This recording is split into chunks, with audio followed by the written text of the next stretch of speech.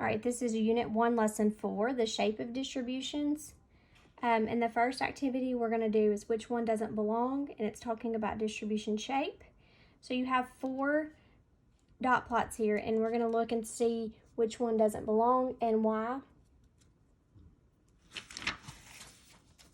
So if we look at A compared to the rest, we could say that it doesn't belong because it's the only dot plot with most of the data clustered toward the center. You see how this one goes? Most of the data is right here in the center, and the others are not like that. So we could say A, it's the only distribution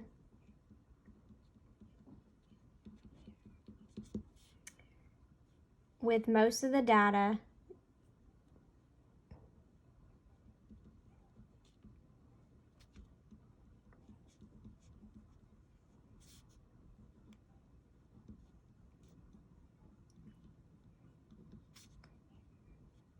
clustered near the center. And we would call this one bell-shaped. It's kind of like the bell-shaped curve that they sometimes used for grading, like a grading curve. It would go like this and then back down, and so that's bell-shaped. Okay, looking at B, we could say it doesn't belong because it's the only distribution with very few dots near the center.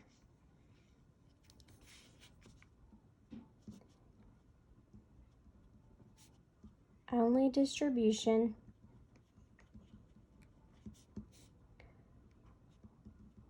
with very few dots near the center.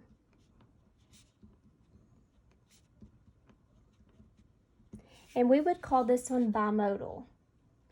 It is the only, we would call this one bimodal. All right, look at C. Well, C is the only distribution that has the same frequency for each value. Notice negative 20 has the same, negative 19, negative 18, and so on. So, only distribution, and you could say that's the same all the way across. I mean, it doesn't have to be real technical. The only distribution that has the same frequency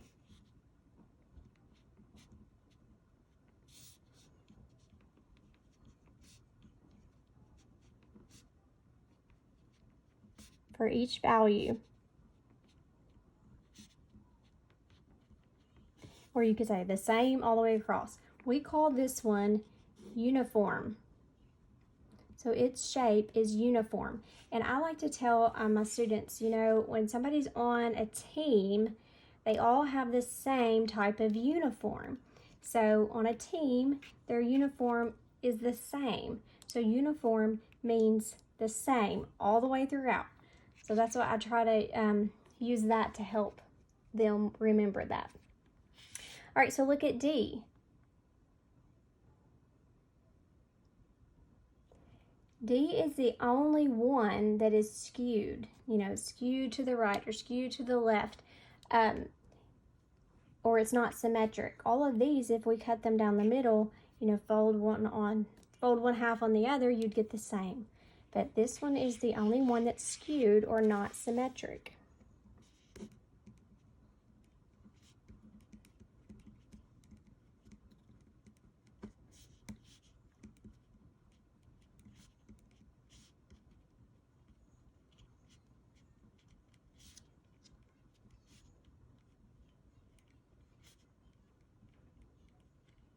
Only one that's skewed or not symmetric. We call this one, we would call it skewed. We call the shape as skewed. And it also is the only one with an odd number of points. All right, so the 4 shapes are symmetric, skewed, uniform, bimodal, and bell-shaped. I realize that's actually 5, but bell-shaped, bimodal, and uniform can possibly be symmetric also. So the main 4 shapes are skewed, uniform, bimodal, and bell-shaped, but then we can also add symmetric in there as well. All right, so 4.2 is a card sort, and I'm not going to do that on here because I don't want to just show you all the cards and give you the answers for those.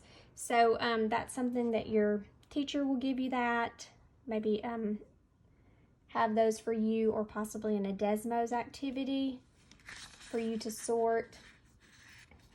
All right, so and then 4.3, it talks about those same cards because it wants you to come up with, make an educated guess about the survey questions that produce that data. So it wants you to use those cards and see if you can figure out what they were surveying to get the data on those cards. Like, what question did they ask? So that also goes along with those cards. So, but let's go to the summary because it has some very important information there. So in the summary, again, it talks about the shape, symmetric, skewed, bell-shaped, bimodal, or uniform. And they give you a dot plot, a histogram, and a box plot. And they say this data has a symmetric distribution. And then it talks about what symmetric distribution means. The mean, this is very important, the mean is equal to the median. So in a symmetric distribution, the mean is equal to the median. There is a vertical line of symmetry. It means when I cut this down the middle and fold it over on each other, the left side and the right side are going to be exactly the same.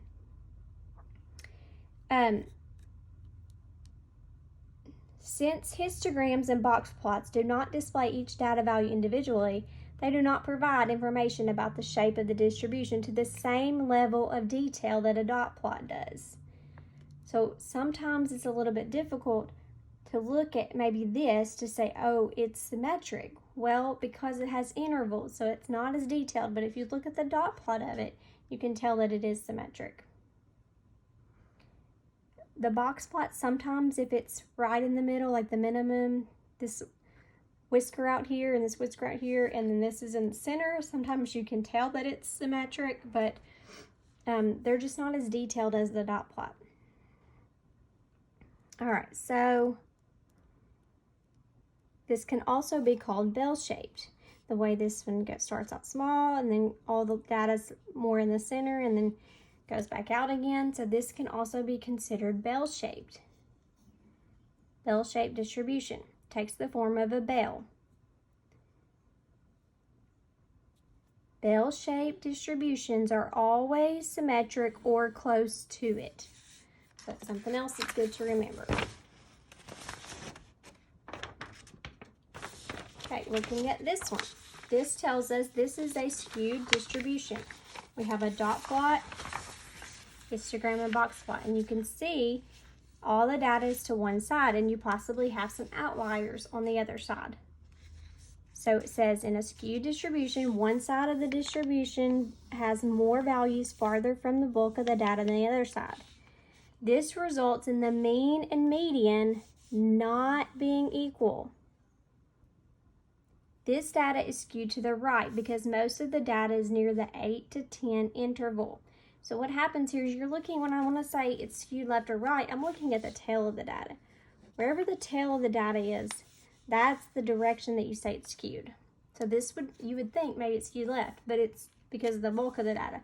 But no, you look at where the tail is. So this is technically skewed right. And it says because most of the data is near the 8 to 10 interval, but there are many points to the right. The mean is greater than the median. So if it is skewed right, the mean is greater than the median. The large data values to the right cause the mean to shift in that direction, while the median remains with the bulk. So here, wherever the bulk of the data is likely where the median is going to be. The mean is affected by these larger numbers out here to the right. So that's why the mean is larger than the median. So the mean is greater than the median for distributions that are skewed to the right. In a data set that is skewed to the left, a similar effect happens, but to the other side. Obviously, when we swap it to the other side, then it's going to be different. So it says the dot plot again provides a greater level of detail about the shape than either the histogram or, this should say, box plot. So the dot plot provides greater detail.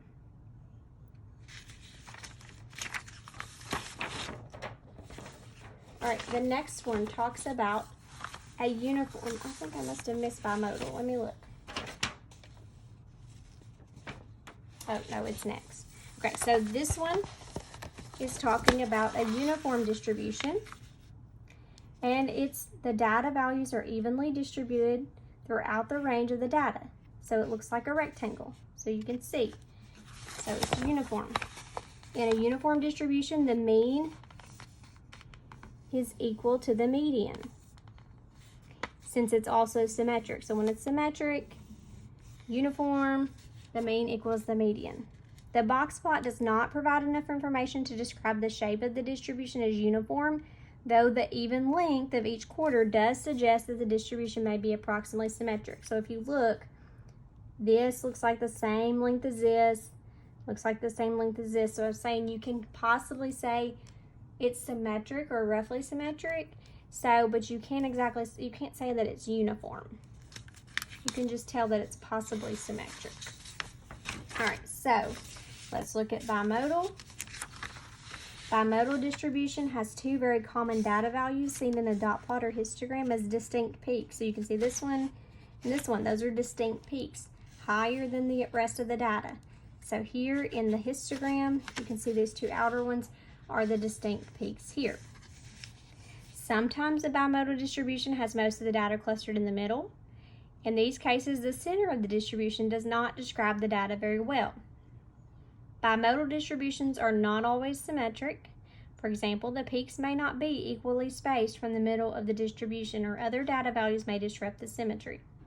So just because they are not evenly spaced, or where I can cut it in half, does not mean it's not bimodal. This is just saying that sometimes they may not be symmetric, but if they have those distinct peaks, then they are considered bimodal. All right, that is all for lesson 4. Again, I will come back and do some practice problems at some point, and hopefully this will help you.